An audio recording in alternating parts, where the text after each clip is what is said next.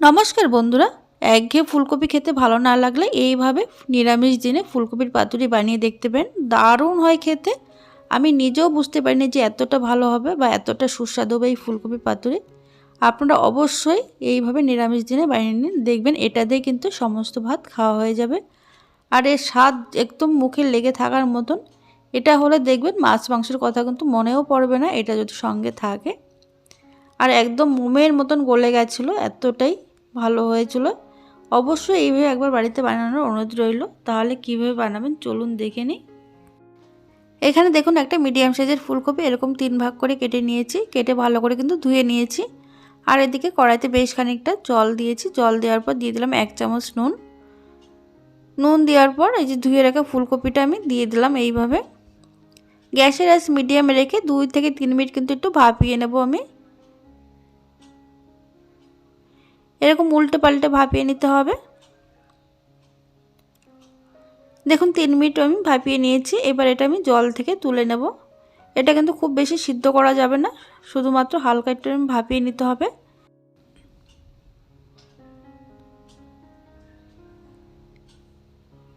দেখুন ফুলকপি জল থেকে তুলে নেওয়ার পর এটা কিন্তু আমি এবার পুরোপুরি ঠান্ডা করে নেব। এটা কিন্তু মোটামুটি ঠান্ডা হয়ে গেছে। এবার একটা ছুরি দিয়ে আমি ঠিক এইভাবে কেটে নিচ্ছি। এই যে গোড়ার দিকে যে শক্তটুকু সেটুকু কিন্তু কেটে বাদ দিতে হবে। আর ফুলকপিগুলো ঠিক এরকমভাবে ছোট ছোট টুকরো করে কেটে নিচ্ছি। এটা চাইলে আপনারা গ্রেটার দিয়েও গ্রেট করে নিতে পারেন, তবে গ্রেটার দিয়ে গ্রেট করার চাইতে কিন্তু এইভাবে করে পাতুরিটা বানালে সবথেকে বেশি ভালো হয়। আর দেখুন যে গোড়ার দিকে যে শক্ত অংশটা সেটা কিন্তু আপনারা দিতেও পারেন পাতুরিতে, তবে একটু কুচি কুচি করে কেটে দেবেন। দেখুন ফুলকপি ভালোভাবে কেটে নেওয়া হয়ে গেছে। এবার একটা বাটিতে আমি তুলে নিচ্ছি। এবার এই পাতুরির জন্য একটা মশলা রেডি করে নেব। মিক্সিং জারের মধ্যে দিয়ে দিচ্ছি আমি 2 থেকে 3 চামচ মতো নারকেল কুচি, দিয়ে দিচ্ছি 10-12টা কাজু বাদাম, দিয়ে দিচ্ছি 1 চামচ সাদা সর্ষে বা হলুদ সর্ষে, দিয়ে দেবো 1 টেবিল চামচ মতো পোস্ত। এবার দিয়ে দিচ্ছি এর মধ্যে সামান্য আদা, আর দিয়ে দেবো ঝালের জন্য 3টে কাঁচা লঙ্কা, দিয়ে দেবো এর মধ্যে সামান্য একটু নুন। এবার এর মধ্যে আমি দিয়ে দিচ্ছি সামান্য পরিমাণে জল। এবার এই মিশ্রণটা কিন্তু একদম মিহি করে বেটে নিতে হবে। দেখুন মশলাটা কিন্তু একদম মিহি করে বেটে নিয়েছি। আর এদিকে কেটে রাখা ফুলকপিটা ম্যারিনেট করার জন্য এবার এর মধ্যে দিয়ে দিচ্ছি আমি স্বাদ মতো নুন, দিয়ে দেবো এর মধ্যে 1/2 চা চামচ মতো হলুদ গুঁড়ো কালারের জন্য, আর দিয়ে দিচ্ছি বেটে রাখা সমস্ত যে বাটা মশলাটা সেটা এর মধ্যে দিয়ে দিলাম।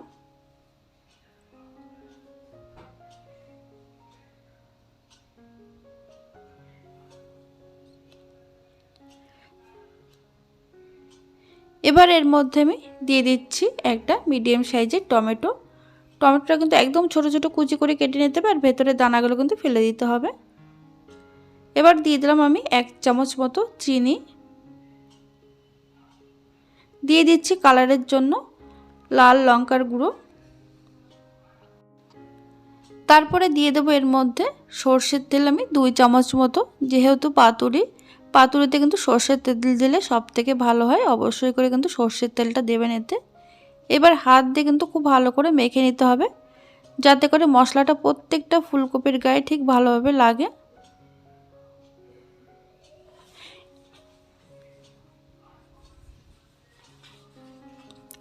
দেখুন খুব ভালো করে মেখে নিয়েছি। এটা কিন্তু এবার আমি রেস্টে রেখে দেবো 5 থেকে 7 মিনিট। অন্যদিকে পাতুরির জন্য আমি পাতাটা রেডি করে নিচ্ছি।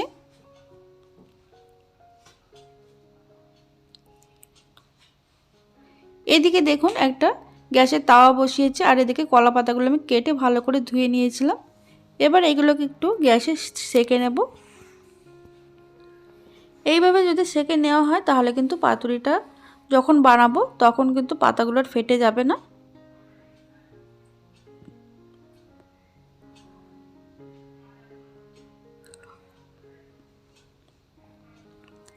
এইভাবে দুপাশটা কিন্তু এইভাবে সেঁকে নিতে হবে।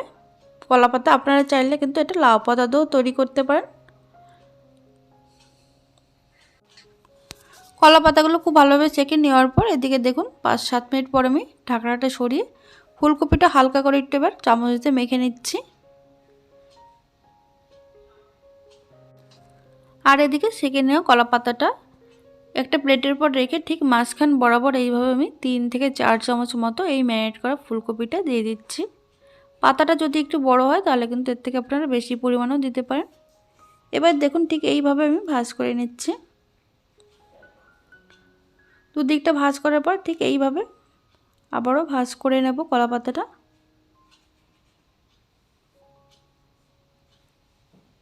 এবার সুতো দিয়ে কিন্তু এটা খুব ভালো করে বেঁধে নিতে হবে যাতে করে বেরিয়ে না আসে।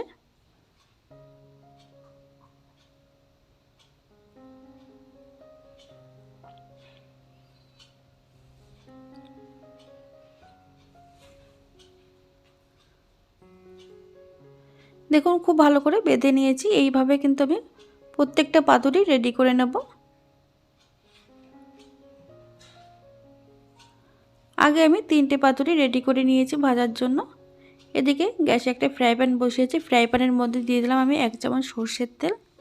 তেলটা গরম হয়ে যাওয়ার পর গ্যাসের আঁচ মিডিয়ামে করে দিতে হবে।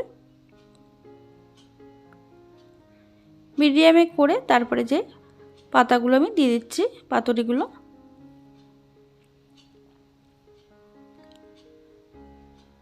এবার এটা ঢাকা চাপা দিয়ে লো টু মিডিয়াম আঁচে আগে 3 থেকে 4 মিনিট কিন্তু রান্না করে নেব। 4 মিনিট পর আমি ঢাকনাটা খুলে এগুলো কিন্তু উল্টে দিচ্ছি।